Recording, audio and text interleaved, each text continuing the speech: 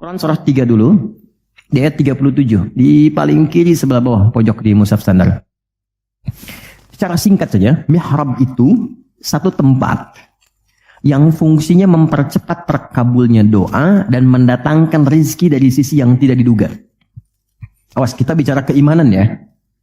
Dan di situ dipertaruhkan. Mihrab ini tidak harus lebar dan luas. Sehamparan sejadah nggak ada masalah. Yang penting kita gunakan untuk ibadah saja. Di luar ibadah keluar. Itulah kenapa tempat imam disebut mihrab. Kenapa? Karena imam mewakili makmum untuk memohon kepada Allah dalam sholat berdoa. Makanya kualifikasi imam mesti khusus. Bukan imam biasa. Baik. Kemudian tidak harus di masjid. Di rumah boleh dibikin. Maryam pernah dibuatkan mihrab.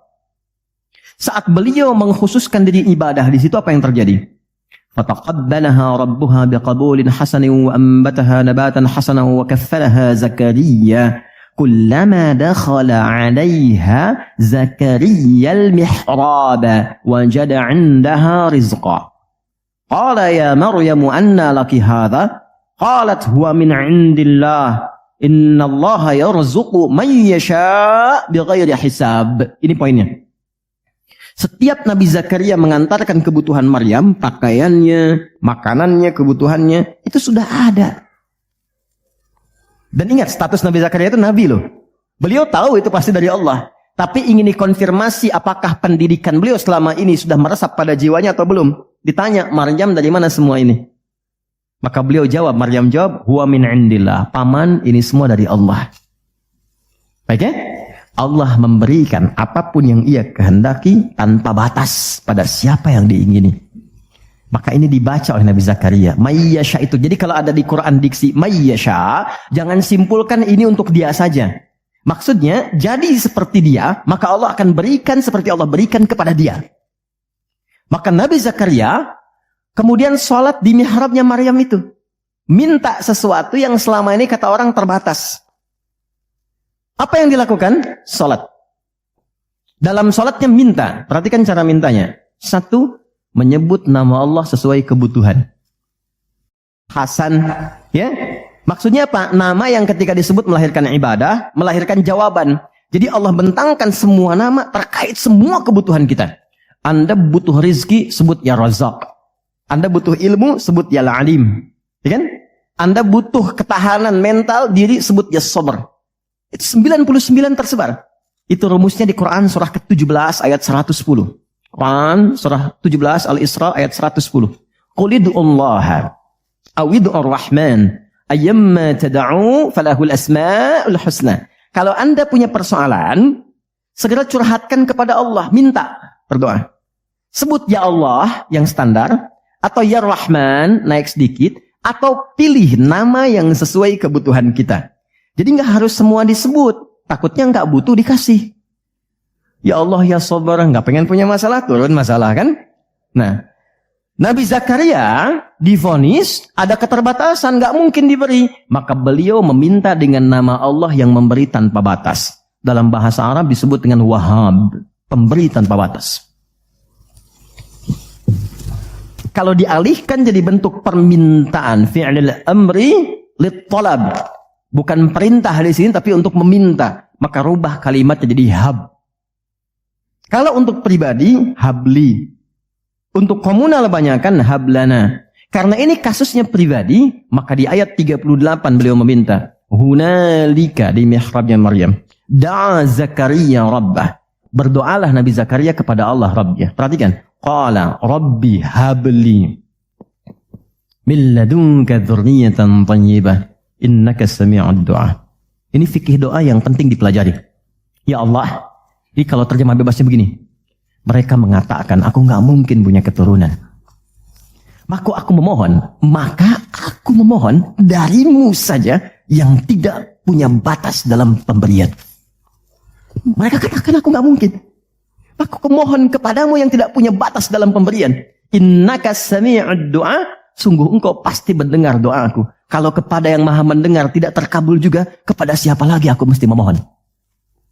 Dan ini ada fikih doa, bagus sekali. Jadi kalau berdoa, sebut nama Allah sesuai permintaan. Yang kedua, cari bahasa yang menyentuh. Itu semua Nabi begitu. Nabi Isa saat mengonfirmasi umatnya di hadapan Allah, ya Allah, kalau engkau mau hukum, itu hambamu. Tapi kalau engkau mau ampuni, engkau yang paling banyak kasih sayangnya. Anak ibu sudah mencederai nama baik keluarga. Tiba-tiba datang ke rumah untuk minta maaf. Diterima nggak? Kadang cara menerimanya kan belum tentu langsung baik kan? Ngapain ke sini? Ada yang, kamu bukan anak saya lagi. Oh, lantas anak siapa? Tapi dimaafin juga kan? Lalu dia berkata begini, Pak, silahkan. Kalau papa mau marah, mau pukul, silahkan. Tapi saya anak papa.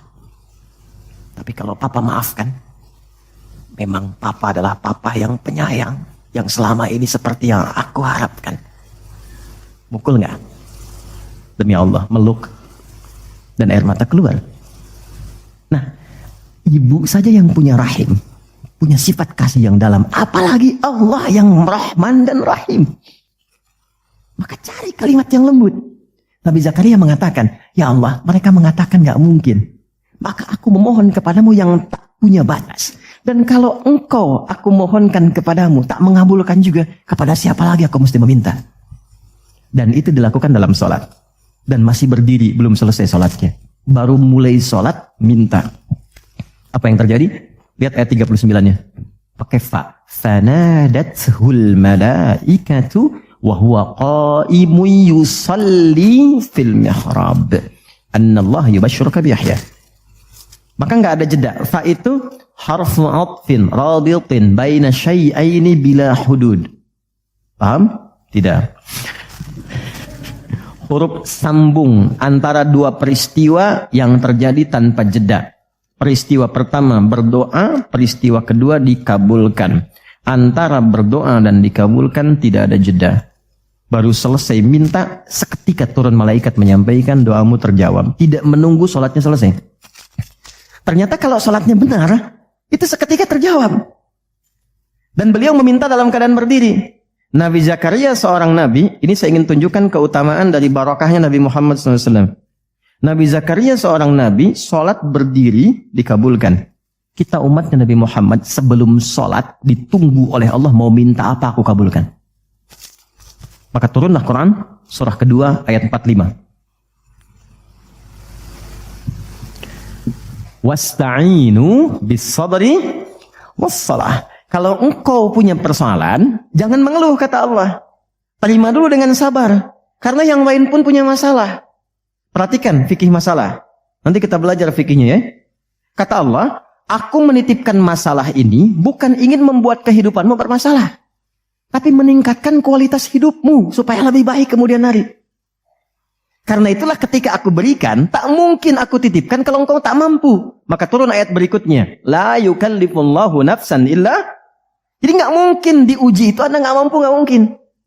Jadi kalau Anda datang ke sini sekarang sedang punya masalah, seberat apapun, itu tandanya Anda yang mampu. Saya tidak. Saya tidak dititipi itu oleh Allah karena saya belum mampu. Anda mampu. Kalau Allah percaya kepada Anda, kenapa Anda pesimis? Lalu katakan, inna ma'al usri yusra. Bahasa kitanya begini, pasti berakhir, pasti selesai. Nggak ada yang nggak ada solusinya. Kalau sedang punya persoalan, tanamkan itu dalam jiwa. Makanya disebut al-insyirah, sesuatu yang lapang.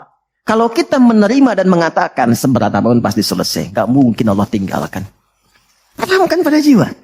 Itu minimal lapang hati kita. Ya, dan itu yang punya kita di Quran. Katakan, yang praktekkan Jepang. Betul, di semua kegiatan pakai. Dulu ada yang senapas dengan Songgoku Songgoan tuh ada benteng Takeshi kan ya? Ya kan? Kalau mau naklukkan itu, ayo kamu bisa, kamu bisa, kamu bisa kan? Dibuatkan optimisme dalam dirinya supaya bisa. Nah ini kita ada ayatnya. Katakan pada dirimu, pasti selesai. Gak usah mengeluh. Mengeluh tidak menyelesaikan persoalan. Terima dulu, pasti Allah tingkatkan kualitasnya. Setelah itu apa? Bawa dalam sholat. Jadi konfigurasi sholat itu begini. Kalau pagi punya masalah, kenapa dipanggil zuhur? Supaya diselesaikan dalam zuhur. Zuhur ke asar punya masalah, diselesaikan di asar. Nanti akumulasinya diselesaikan di Isya. Kalau belum tuntas, tahajud. Makanya orang yang benar sholatnya, tidurnya tenang. Karena dia sudah curahkan kepada Allah. Ya Allah, engkau yang titipkan, engkau pasti selesaikan. Engkau yang berikan, engkau pakai tuntaskan. Engkau pasti tuntaskan. Lalu istighfar kan? Makanya begitu istighfar, tidurnya tenang. Gak percaya silahkan. Coba dulu evaluasi istighfar, tenangkan. Tidurnya enak. Tapi kalau Anda gak lakukan, dalam tidur pun masih bermasalah. Kamu ini tidur. Gak enak. Itulah sholat.